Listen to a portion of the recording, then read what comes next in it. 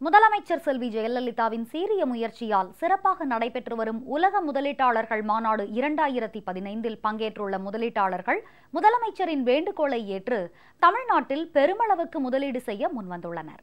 முதலமைச்சர் செல்வி ஜெயலலிதா தமிழ்நாட்டை தொழில்துறையில் முதன்மை மாநிலமாக உயர்த்தும் வகையில் 1991ஆம் ஆண்டு முதல் முறையாக முதலமைச்சராக பொறுப்பேற்றது முதல் பல்வேறு நடவடிக்கைகளில் ஈடுபட்டு வருகிறார். குறிப்பாக தொழில்துறையில் தொழிற்புரட்சியை ஏற்படுத்தும் விதமாக 1992ஆம் ஆண்டு புதிய தொழிற்கொள்கையை அறிமுகப்படுத்தினார். அக்கொள்கை தமிழகத்தின் தொழில் வளர்ச்சிக்கு பெரும் உந்து சக்தியாக அமைந்தது. கடந்த 3 ஆண்டுகளுக்கு முன்பு தமிழ்நாடு தொலைநோக்கு திட்டம் 2023 அறிவித்ததை தொடர்ந்து 84 தொழில் திட்டங்கள் செயல்பட தொடங்கியுள்ளன. அதன் தொடர்ச்சியாக 2012ஆம் ஆண்டு சூரிய மின்சக்தி அதிக அளவில் உற்பத்தி செய்யும் மாநிலமாக தமிழகம் உயர்ந்தது. 2014ஆம் ஆண்டு ஆட்டோமொபைல், உதிரி பாகங்கள் தயாரிப்பு மற்றும் உயிரி தொழில்நுட்பத்துறை மேம்பாட்டுக் கொள்கையை அறிவித்துள்ளார்.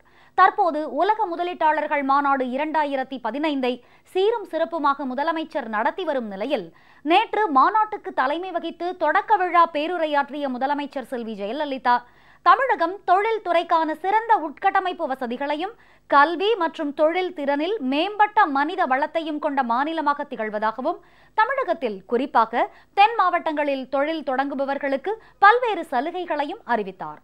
முதலமைச்சர் நிகழ்த்திய விழா பேருரை தொழில் முனைவோர்களுக்கு பெரும் ஊக்க சக்தியாக அமைந்தது. இதையடுத்து தமிழகத்தில் முதலீடு செய்ய ஏராளமான முதலீட்டாளர்கள் முன்வந்துள்ளனர்.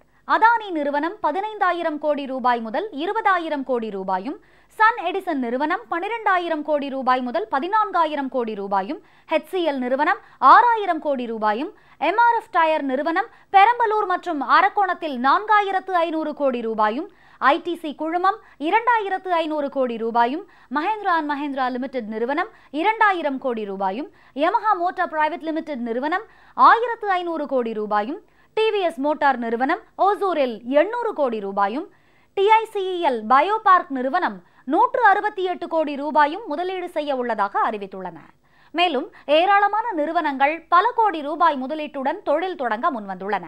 முதலமைச்சர் செல்வி ஜெயலலிதா மேற்கொண்டு வரும் தொடர் நடவடிக்கைகளின் காரணமாக தமிழகம் தொழில் மயமாவதோடு ஏராளமானோருக்கு வேலை வாய்ப்பும் கிடைக்கும் என்ற நம்பிக்கை ஒளி சுடர்விட தொடங்கியுள்ளது.